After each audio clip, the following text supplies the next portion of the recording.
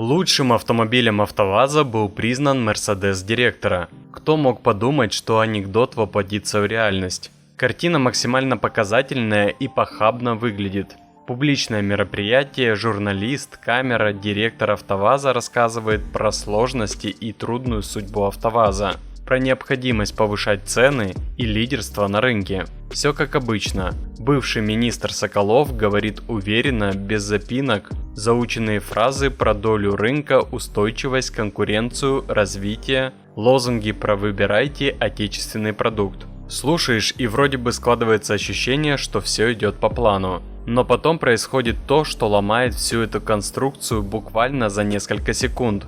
Интервью заканчивается, разговор переходит в обычную жизнь. Камера продолжает писать. И лицемер Соколов, не стесняясь, идет к машине. Открывает дверь, садится, уезжает. И в этот момент становится ясно. Слова и реальность – это две разные истории. Потому что автомобиль не его собственный продукт, а хороший Mercedes. Не Лада, не Веста и не Аура. Не что-то из линейки, о которой только что говорилось с таким энтузиазмом. А дорогой немецкий автомобиль, который выбрал директор АвтоВАЗа, и это худшая реклама Лады.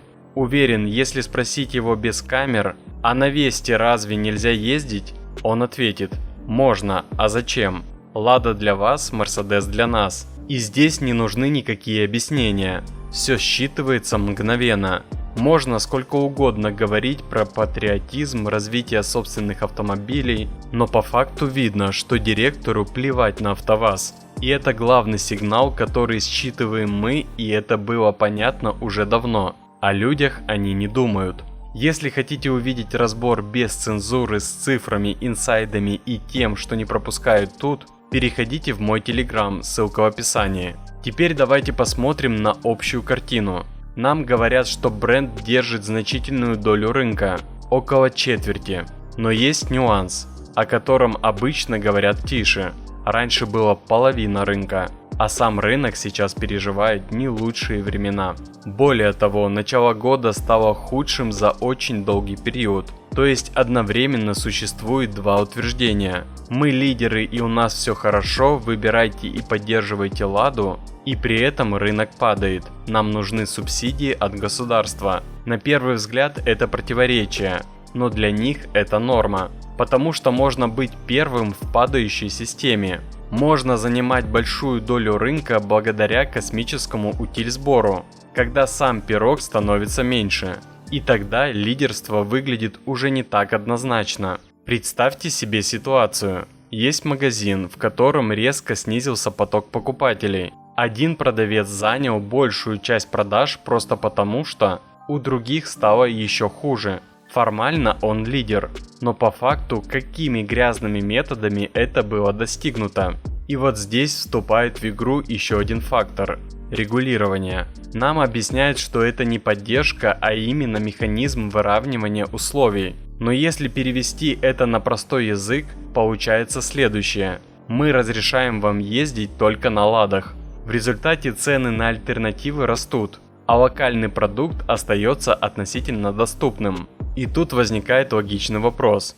А это лидерство за счет продукта или за счет условий? Потому что если убрать эти условия, картина будет выглядеть совсем иначе.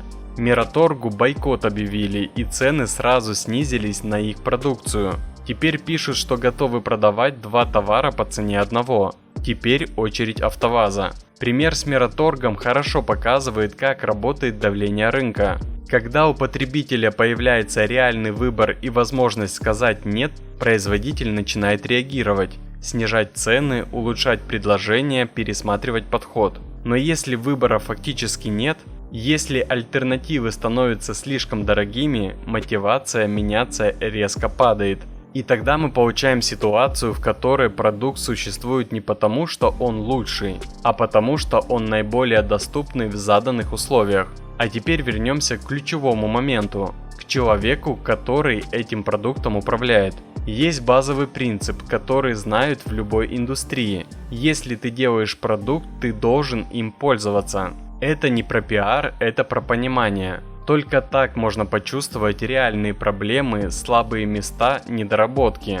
Когда ты каждый день сталкиваешься с продуктом, ты не можешь игнорировать его недостатки. Они начинают тебя раздражать, и это становится двигателем изменений. Но если ты находишься в другой реальности, если твой личный выбор – это совсем другой уровень продукта, то связь теряется.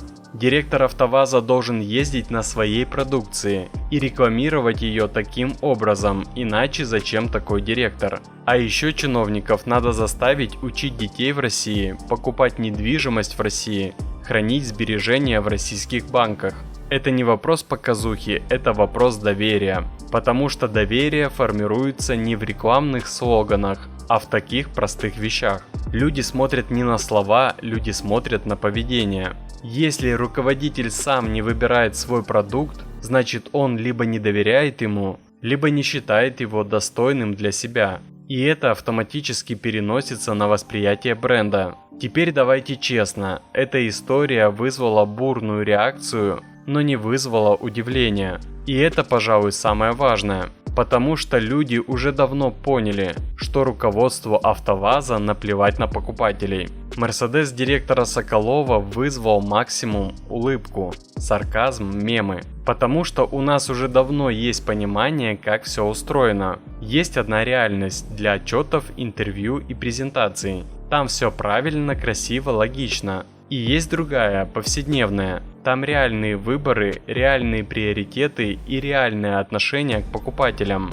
И вот эти две реальности практически не пересекаются. Иногда они случайно сталкиваются, как в этом видео. И тогда возникает эффект, который мы сейчас обсуждаем. И это не случайность, это системная история. И вот здесь возникает самый неудобный вопрос. Может ли в такой системе появиться действительно сильный продукт? Не просто конкурентоспособный за счет условий, а по-настоящему желанный. Такой, который выбирают не потому, что он дешевле остальных, а потому, что он нравится. Потому что если даже внутри компании нет такого выбора, то откуда он возьмется у потребителя? И вот об этом, кстати, я подробнее разобрал в Телеграме, с примерами, цифрами и тем, что здесь не скажешь. Ссылка в описании, обязательно зайдите почитайте. Можно долго говорить про стратегию, про планы, про развитие, но в конечном итоге все упирается в простую вещь. Веришь ли ты сам в то, что делаешь? Не на камеру, не в интервью, а в тот момент, когда никто не смотрит.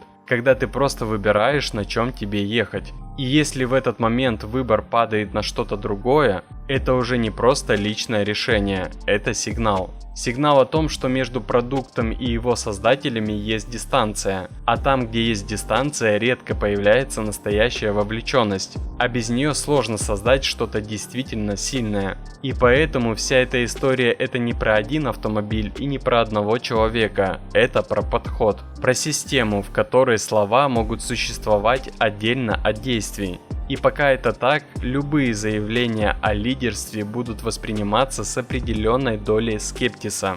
Потому что в конечном итоге люди верят не заявлениям, люди верят ценам и отношению к ним. А вы тоже за увольнение Соколова? Напишите в комментариях, думаю, нас большинство. Делитесь роликом, чтобы больше людей знали правду. Подписывайтесь на канал, мы обсуждаем самое важное. Ну и шутка на прощание. При демократии можно говорить все, что угодно, а что не угодно нельзя.